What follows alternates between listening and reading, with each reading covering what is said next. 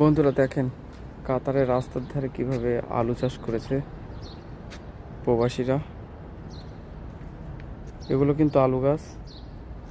চারিদিকে দেখেন কেমন পাথুরে এলাকা। ঠিক এরকম জায়গায় এখানেই কিন্তু আলু চাষ করেছে। আর এই আলু চাষ করেছে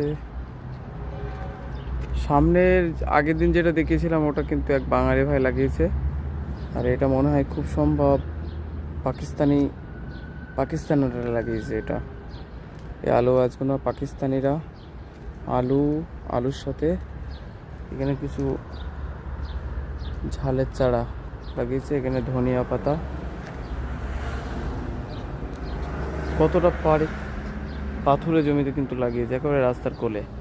আর প্রতিদিন কিন্তু এগুলোকে পানি দেয়, পরিচর্যা করে সুন্দরভাবে।